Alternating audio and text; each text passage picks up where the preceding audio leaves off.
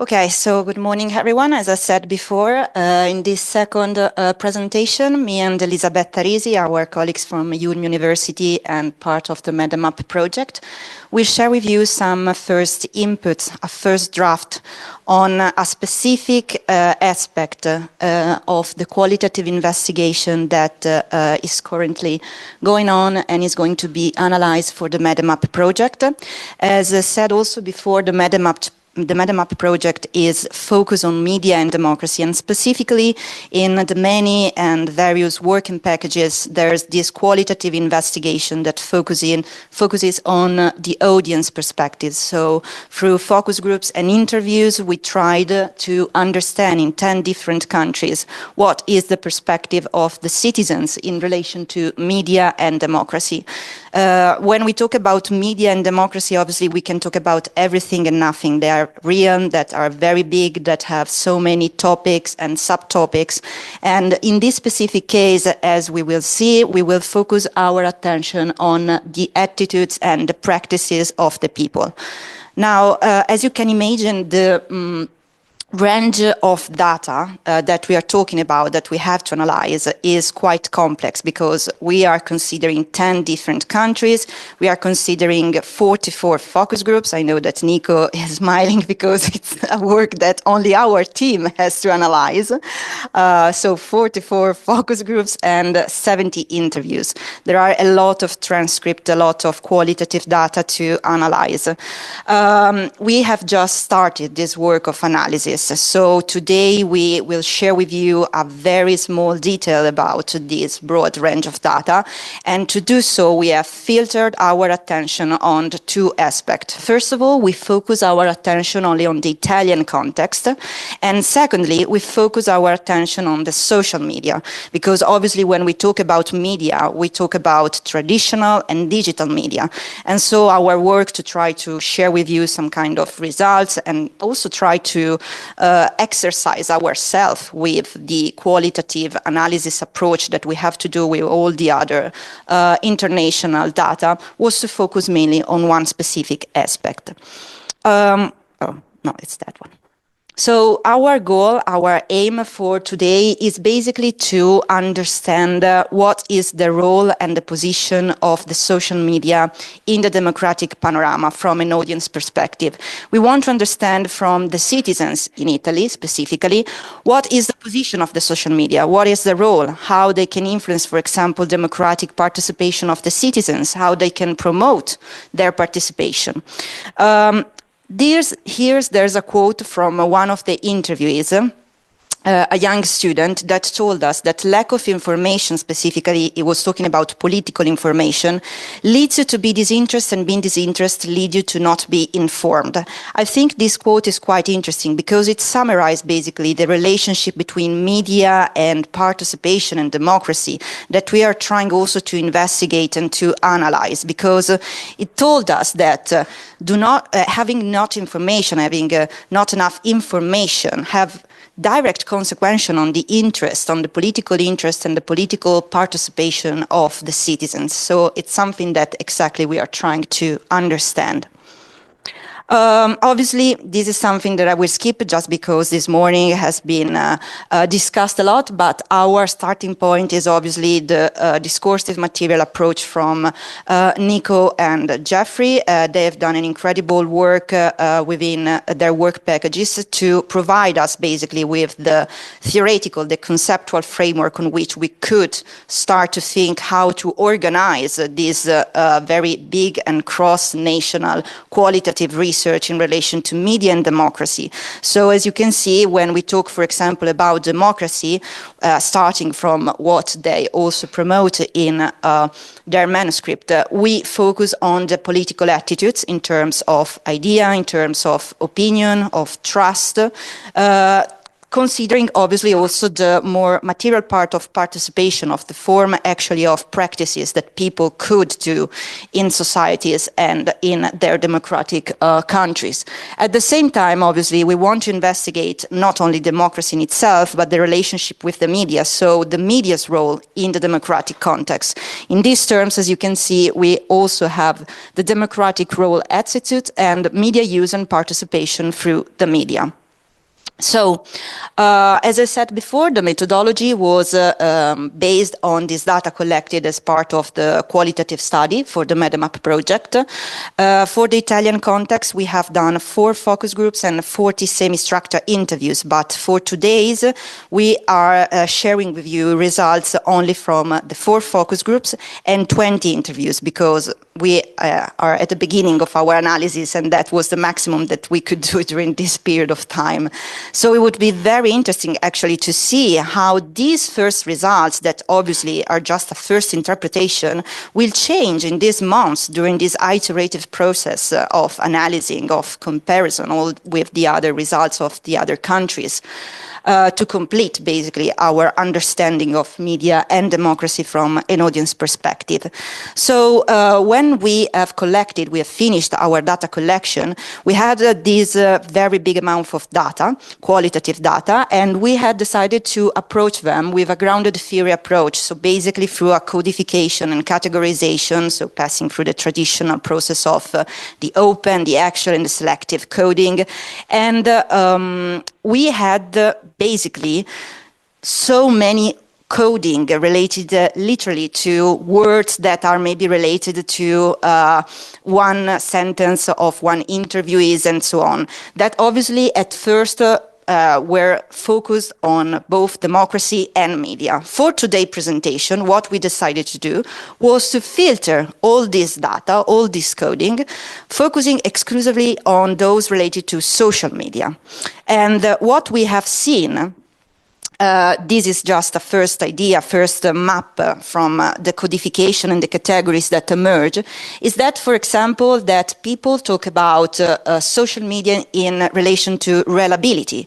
And their reliability is connected to superficial fake news, but also, for example, to the role of institutional sources as alternative.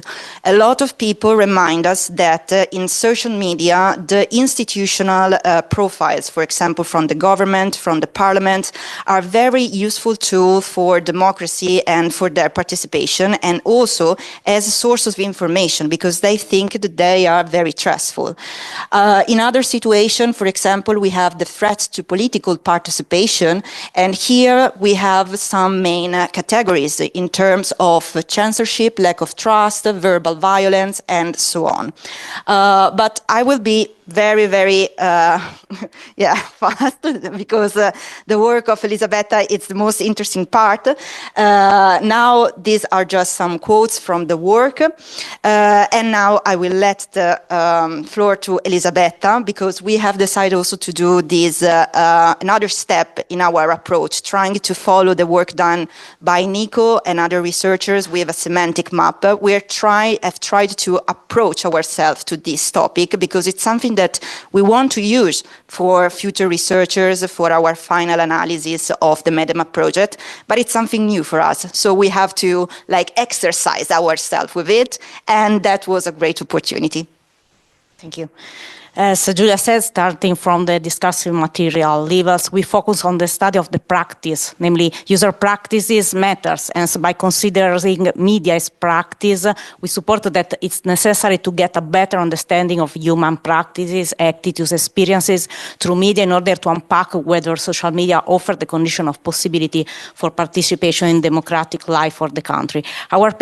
Our paper doesn't dismiss the enormous and substantial power of infrastructures, institution, media, digital platform, but it's already suggests focusing of how this power is experienced at the level of everyday life. What we are doing with focus group and interviews is bring out in a grounded way what are the uses of media and social media platform through which eventual participation in democratic life take place, and how people interpret and give meanings to such actions. We therefore focus on the audiences, as media are driven by the practice of communication as signifying practice. You know, the concept of audience in the word of Carpentier is ungraspable due to the fluidity, and it's difficult to bring existing everywhere, only position within an analytic discourse. In our paper, the conception of audience is considered in the context of evolution from the traditional idea of passive publics to the notion of users, more active and potentially participatory. But we prefer the concept of public connection, the concept of participation, and to the concept of participation and engagement. It seems to us more effective as an interpretative axis. The concept of public connection refers to the involvement of individual political spaces. Public connection can occur in a continuum through the consumption of media contents up to participation in another form of political interaction, such as supporting an electoral campaign, signing petition online, and so on. So returning to the axial coding process,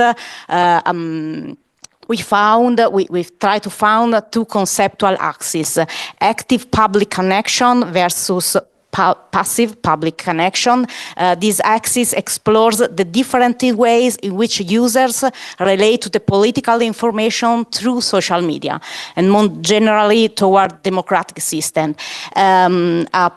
Public active connection include actions such as commenting, seeking information, using social media platforms to express opinion, online petition, sharing context, live blogging, and so on. Quoting an Italian interview, I inform myself online, but actively. In addition to social media, I actually do research on what is being discussing. According to another Italian interview, watching all the political programs, informing myself from this point of view, participation in demonstration or strikes. And on the other hand, the passive public connection. It expresses is not consuming news. They use a social media platform for other purpose, leisure, entertainment, or in uncritical consumption of news, in passively undergoing social media algorithms that create information bubbles. In absence from voting or debate or repeating other people's opinions. The other axis, trust in online political communication versus distrust. This axis concerns people's attitude towards news that concern political life, which I've called trust in political communication, which includes, in a complex way, trust in information sources and trust in political representatives and in political system in general. We have not time to explore all the four, by crossing the two conceptual axes, we obtain 4 quadrants. At the center of the axis is the zero level, that is getting information about political or democratic life in a broader sense. We must take in account that the nuance and our aspect that are have been inserted in a single quadrant, but it can be halfway between the sector. In the first quadrant, here we find all the echo of some rhetoric, such as the one seen this morning by Elon Musk, who remind us that X, there can be citizen journalism obscuring the infrastructural power and for the sins of this platform. But some Italian interviewed declare what news happens through the algorithm selection. They investigate in depth. In this quadrant, we found the theme of accessibility, possibility of expression freely, possibility of expression, inclusivity, direct communication. In the second quadrant, here we find a low public connection via social media. When news happens through algorithmic selection, they are no investigating depth. It seems that people trust top-down political communication more than peer-to-peer interaction on social media. In the third quadrant, high public connection, but low trust in political communication and interaction on social media platform. Here we find a sort of discouraged use of social media for political communication for various reasons, but there is still a high use of social media, for example, WhatsApp groups between citizens for a local organization. We found the theme of polarization, filter bubbles, the lack of interaction and feedback from politicians online, the problem of politicians unable using social media format, and we found that the most critical quadrant is the fourth quadrant, where here we find the greatest skeptics towards social media platform for political communication. There are those where the role of local stands in the squares of neighbor meetings re-emerge. And it is this group of interviewees that the idea of a single institutional push source emerge. They declare that the use of social media are little, and they talk about disinformation, fake news that can negatively influence people's perception. They criticize the superficiality of information, the search of slogan, memes, and so on. The role of algorithms. We had no time to discuss the role of algorithms. Okay. No, maybe just a little detail is that obviously this was a first attempt. It was like obviously something that we know need to be also included in a form of participatory and dialogical interaction, where obviously we still have to work on. So this was done internal to UM team. It's something that for sure, for official obviously work with the MEDEMA project and the final analysis on all the data will instead be constructed through a dialogue and interaction with also the other researchers in order to have a more complete range of data. Sorry for the extra time, but we have a lot of transcription and qualitative data. So we have the effort to synthesize in a mapping with the semantic axis. Thank you. Okay. Okay, done, finished.